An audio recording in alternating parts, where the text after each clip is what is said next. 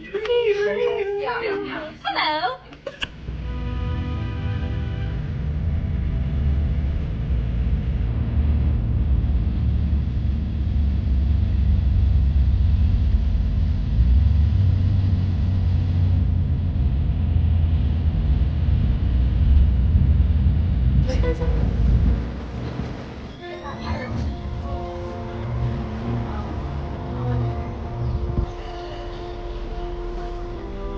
Nilara.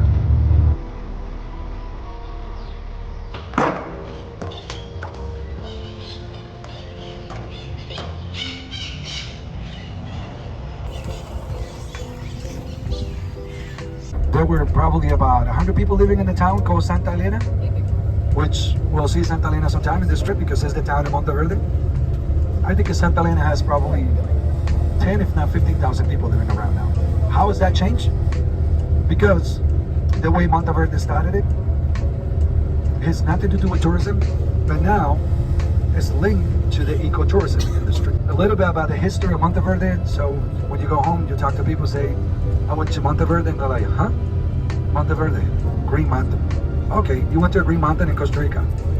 How is this green mountain different than any other green mountain you see? 1952. All these mountains are forested at that time. Most Costa Rica was actually forested. And who actually settled in Monteverde before anybody? There were probably about 4 or 5 Costa Rican homes up there at the top of these mountains, with about 8 or 9 different squatter families from Nicaragua living up there in the middle of nowhere on the top of the mountain. Dirt, bumpy, gravel roads, not for vehicles, just for horses or ox carts. So the trip that we're doing right now from here to Monteverde could be about an hour and a half. That was at least about 2, if not 3 days of traveling up there. Maybe about 11 families of Quakers from Alabama State. So Quakers do Sunday meetings. They always meet on Sundays. They do their own thing. Quakers is their religion anyway. And they're very pacifist. This is people who do not like to participate in any military actions at all. They do respect life in every single way. They don't even kill a cockroach. When we are trying to kill it, they won't kill it. And they have many other things to do. And then, 1953, it's about a year before Korean War starts.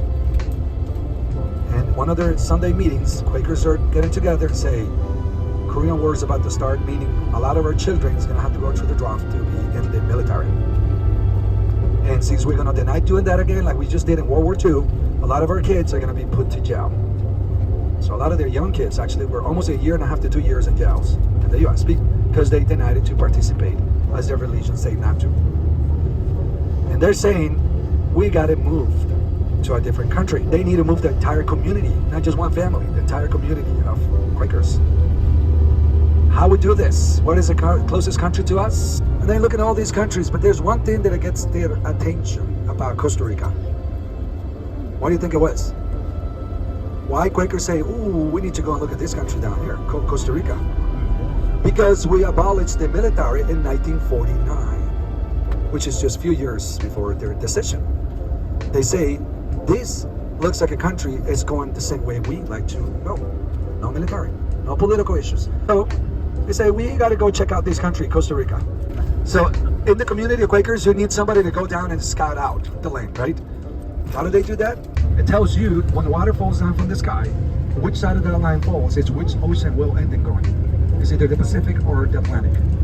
So it's just rivers from the top of the mountains will flow to one ocean eventually, or a lake. And that will be the continental divide. So we're on the Pacific side of the country.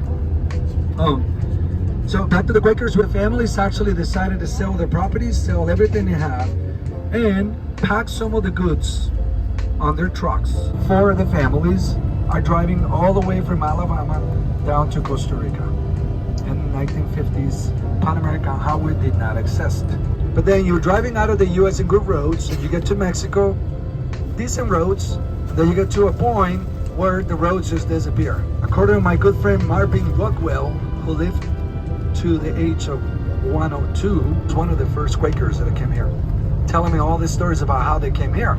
That trip from the US to Costa Rica took them a whole 4.5 months. He said it was very close to 5 months of driving. They're driving with their sign in their neck, We're Americans. We have goods in our trucks and we're driving through your country. You gotta have the guts to do that, right? Show up at customs and border of Costa Rica and Nicaragua, and they say, "Oh, bienvenidos, señores Quakeros, Quakers, welcome. We've been expecting you for months." Everybody knew this group of people were driving through Central America looking for land to buy. So everybody was offering Salvador, Honduras, Nicaragua. They know, no, we're going to Costa Rica. We want to see Costa Rica. We need to see paperwork that it shows that every one of those goods in your cars are yours. That's what you do when you move to another country. You bring your vehicle, you bring your stove or whatever. You have to show receipts or paperwork that it says what you pay for, because you will be charged a thing called they camp by the border of Panama, Nicaragua, Costa Rica for another month. While one of them flew back to the US and collected as many receipts as possible and flew back. So they say, let's go look at the country by eye and see where we can buy land to pass the message to the other 7 families and tell them not driving, fly. Now you rent a 4-seater plane. Small little planes, 1-engine planes can fly low enough for you to see the country by eye. And that's what they did. 4 of the Quakers are in a small little plane, seeing the country by eye. In the dry season in Costa Rica, from here to the right, most of these hills are brown, dry. It looks like California hills. All the way to the coast is deciduous and dry, brown, like arid country. While the other side is green. Quakers on the plane flying around dry, deciduous country. And they look up on the left-hand side, they see this green emerald mountain on the top of the hills, which is this, where we're going. Oh, how can we tell the pilot take us out there to see that? The only 2 words I could put together in the dictionary for the pilot is, Señor Piloto, could you please take us to that green mountain, Monte Verde. So Quaker says, we want to come and see this green mountain right here. But talk to the locals who were living in Santa Elena. It wasn't called Monte Verde, it was called Santa Elena. They negotiated it. We like to move our community in here. And they say, oh, we don't know about that. So the Quakers offered the locals in Santa Elena a school where your kids and our kids can go and win-win. I said, okay.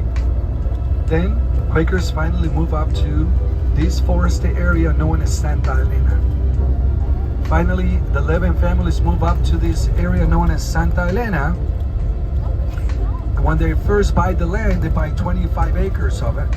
They say, what can we call our community? What do we call our community? What will be the name we're going to give to our community here? What was the first thing we call it ever? To the pilot? The Green Mountain. They just call it Monte Verde.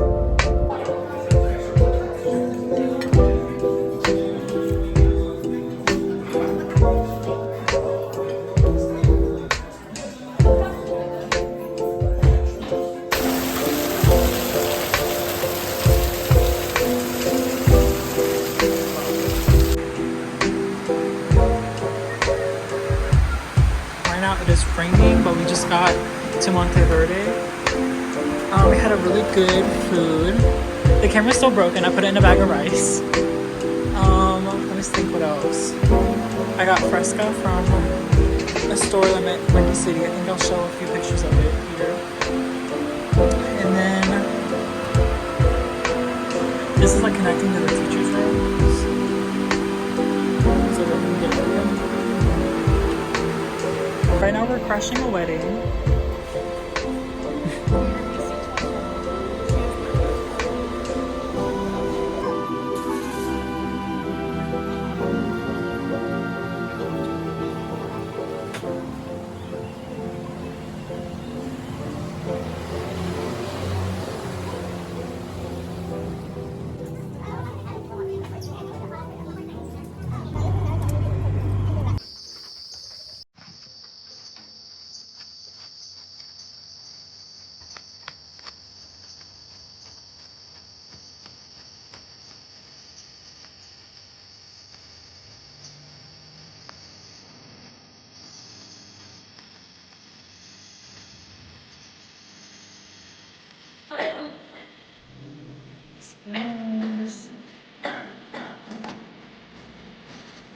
Oh. Are you videoing that? I subscribe to you.